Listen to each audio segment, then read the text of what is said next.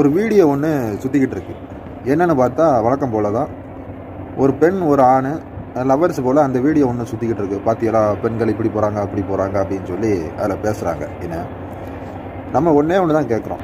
நம்ம சொந்த பந்தம் அக்கா தங்கச்சி இப்படி போயிருந்தா நம்ம வீடியோ எடுத்து பரப்புவோமா? பாருங்கள் பாருங்கள், நம்ம சமுதாயம் அப்படி போயிருச்சு, நம்ம சமுதாயம் இப்படி போயிருச்சுன்னு பரப்புவோமா? பரப்ப மாட்டோம். என்ன, ஏன்?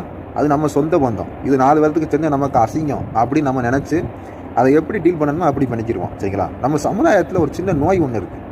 உள்ளே பேச வேண்டிய விஷயத்தை வெளியே பேசுவோம், வெளியே பேச வேண்டிய விஷயத்தை உள்ளுக்குள்ளே வச்சு பேசுவோம். என்ன, இது நம்ம சமுதாயத்தில் ஒரு நோய் இருக்குது. என்ன, வீடியோ எடுத்து பரப்புறதுனால சல்லி பைசாக்கு பிரச்சனை கிடையாது. சரிங்களா?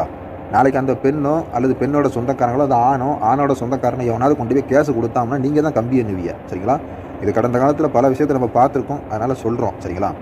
இனிமேல் யார் எங்கே போனாலும் சரி தான், ஒன்று உங்களால் முடியுதா அதை டீசெண்டாக டீல் பண்ணி அவங்க வீட்டில் சம்மந்தப்பட்ட ஆள்கிட்ட சொல்லுங்கள். இல்லை முடியலையா தூர ஒதுங்கி போங்க. அதுதான் உங்களுக்கும் நல்லது, உங்கள் குடும்பத்தார்களுக்கும் நல்லது, எல்லாத்துக்குமே நல்லது. சரிங்களா?